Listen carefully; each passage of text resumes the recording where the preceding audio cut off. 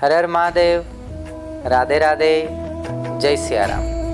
आज के मैस्टिकल of life के इस एपिसोड में आज हम जानेंगे कि हमारे सनातन धर्म के जितने भी स्थान हैं उन स्थानों की परिक्रमा क्यों की जाती है।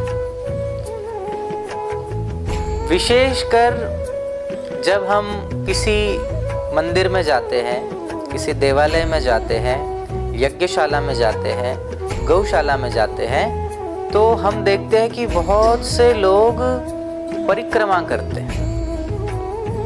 बहुत से लोग गायों की प्रदक्षिणा करते हैं, यज्ञ की पूर्णाहुति पर यज्ञ वेदी की परिक्रमा करते हैं। तो परिक्रमा करने से क्या फायदा और इसके पीछे का कारण क्या है, आज हम इसे विस्तार से जानेंगे। हमारे सनातन धर्म में परिक्रमा का बड़ा विज्ञानमय रहस्य है। हम जिन दैवीय ऊर्जाओं की परिक्रमा करते हैं, फिर वो प्राण प्रतिष्ठित देवालय हो जिसमें किसी भी हमारे इष्ट की प्रतिमा स्थापित की गई हो, या हमने वैदिक मंत्रों से जो यज्ञ किया है उस यज्ञ वेदी जब अग्नि प्रज्वलित हो उस समय अगर हमने परिक्रमा की है, या गौशाला में गाय विराजमान हो और उस समय अगर हमने परिक्रमा की है, तो इससे जो ऊर्जावान जो गौ माता है, जो ऊर्जा संपन्न हमने यज्ञ किया, जो ऊर्जाएं उन देवालय में रखी हुई प्रतिमाओं में विराजमान है, जब हम उनकी परिक्रमा करते हैं, क्लॉकवाइज परिक्रमा करते हैं, माने हमारे बाईं ओर से हम निकलकर घूमकर फिर दाहिनी ओर आते हैं, तो जिनकी हम परिक्रमा करते हैं उनके जैसे गुण, उनके जैसा तेज, उनके जैसा ओज हमें प्राप्त होता है। इसलिए हमारे सनातन में परिक्रमा करने का विधान दिया गया है। और परिक्रमा बाईं ओर से क्यों शुरू की जाती है, माने हमारे उल्टे हाथ से गोल घूम के हमारे सीधी हाथ की ओर हम आते हैं। तो ऐसा क्यों? क्योंकि किसी भी पॉजिटिव ऊर्जा को क्लॉकवाइज घूमते हुए देखा है, माने घड़ी जिस दिशा में घूमती हो उस दिशा में उन देव प्रतिमाओं का और ऊर्जा जो पॉजिटिव ऊर्जा है वो हमेशा सकारात्मक होती है। और वो सकारात्मक ऊर्जा, वो दिव्य ऊर्जा, वो हमेशा भगवान की, उनकी ओर से वो दाहिनी ओर घूमती है। तो सामने जो प्रतिमा है उनका दाहिना हाथ और हम जो खड़े हैं हमारा बायां हाथ, तो हम बाईं ओर से परिक्रमा करते हैं। माने जो ऊर्जा जिस दिशा से बहती है हम उसी दिशा में परिक्रमा करते हैं। तो स्वाभाविक है कि उन प्रतिमाओं के, उन देवताओं के गुण, उन अग्नि के गुण स्वाभाविक रूप से हमारे भीतर प्रकट हो जाते हैं। इसलिए हमारे यहाँ परिक्रमा की बड़ी महिमा है। पद्म पुराण में लिखा भी है, हरि प्रदक्षिणे यावत् पदम गच्छेत् शनैः शनैः पद पदे अश्वमेधस्य फलं प्राप्नोति मानवः। यावत् पादं नरो भक्त्या गच्छेत् विष्णु प्रदक्षिणे तावत् कल्पसहस्राणि विष्णुना सह मोदते।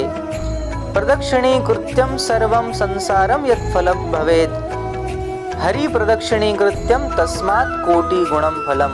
अर्थात कि भक्ति भाव से जो मनुष्य भगवान विष्णु की परिक्रमा करने में धीरे धीरे जितने भी कदम चलता है, उसके एक एक पद के चलने में मनुष्य एक एक अश्वमेध यज्ञ करने का फल प्राप्त किया करता है।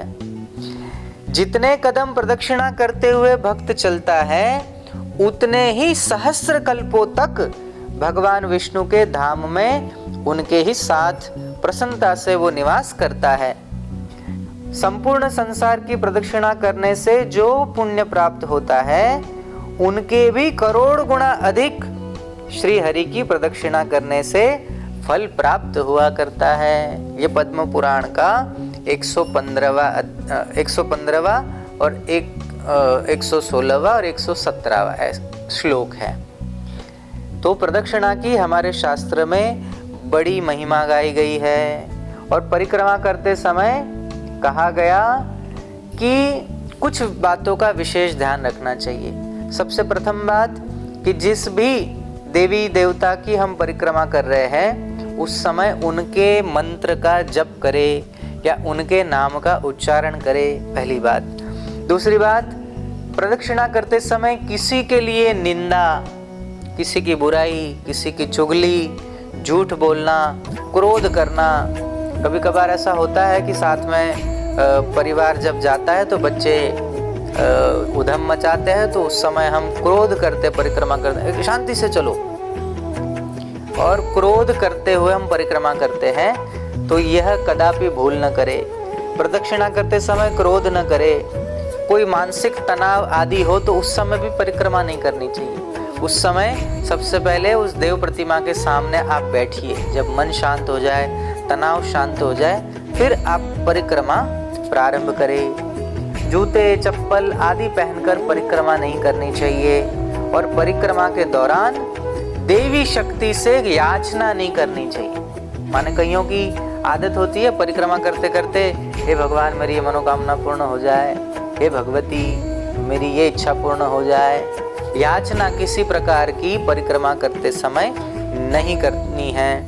हंसते हंसते परिक्रमा नहीं करनी है, बातचीत करते हुए परिक्रमा नहीं करनी है, खाते खाते परिक्रमा नहीं करनी है, चलते चलते कोई और परिक्रमा कर रहा है उससे तेज चलकर किसी को धकेल देना, धक्का मारकर भी परिक्रमा नहीं करनी है। और झूठा मुंह हो, लघु शंका आदि से जाकर आए हो और अशुद्ध हो, हाथ न धोए हो, शौच आदि क्रिया से निवृत्त होकर आए हो और स्नान न किया हो, तो ऐसे अशुद्ध अवस्था में भी परिक्रमा नहीं करनी चाहिए। देवी देवताओं को प्रिय मानो आप भगवती माँ जगदम्बा दुर्गा की पूजा कर रहे हैं और परिक्रमा कर रहे हैं, तो उस समय अगर आपके गले में रुद्राक्ष हो तो अति उत्तम है। भगवान श्री हरि विष्णु की परिक्रमा कर रहे हैं, उस समय आपके गले में या आपके हाथ में तुलसी, रक्त चंदन आदि की माला हो तो सर्वोत्तम माना जाता है। महादेव की परिक्रमा कर रहे हो, यद्यपि महादेव की परिक्रमा आधी ही होती है, जलाधारी का अतिक्रमण नहीं होता है, जलाधारी लांगी नहीं जाती है, इसलिए आधी परिक्रमा करके पुनः वापस उसी जगह आ जाना, ऐसा विधान महादेव की परिक्रमा का है। तो उस समय भी रुद्राक्ष धारण आदि करे। माता सरस्वती की अगर आप परिक्रमा कर रहे हैं तो गले में स्फटिक आदि धारण करते हुए परिक्रमा करना चाहिए। माता लक्ष्मी की, महालक्ष्मी की आप आराधना कर रहे हैं तो उस समय गले में कमल गट्टे की माला हो, कमल पुष्प का जो बीज होता है उस कमल गट्टे की माला को धारण करते हुए परिक्रमा करने से विशेष उन देवी देवताओं की हमें कृपा प्राप्त होती है। और जब परिक्रमा पूर्ण हो जाए तो केवल माथा झुकाकर प्रणाम करके पीठ दिखा के नहीं जाना चाहिए। परिक्रमा पूर्ण होने के बाद उस प्रतिमा को, वो साक्षात भगवत विग्रह है या यज्ञ वेदी को या गौ माता की परिक्रमा कर रहे हैं तो साष्टांग दंडवत प्रणाम करना चाहिए और श्रद्धा और विश्वास के साथ हमें आपका आशीर्वाद प्राप्त हो ऐसी प्रार्थना करनी चाहिए। अगर आपने इतना कर लिया तो परिक्रमा का आप संपूर्ण लाभ उठा पाएंगे। परिक्रमा करना बहुत आवश्यक होता है।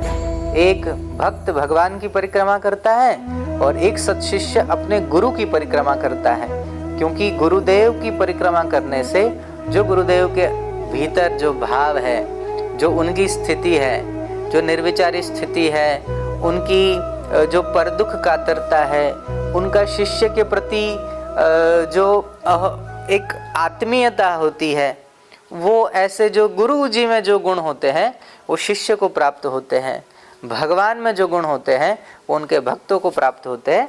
इसलिए सनातनियों को चाहिए कि वो परिक्रमा नियम से करे, विधि से करे और इसका पूर्ण लाभ प्राप्त करे और अपना जीवन सुखी, स्वस्थ और सम्मानित बनाए। आप सभी को फिर से हर हर महादेव, जय श्री राम, सबको राधे राधे।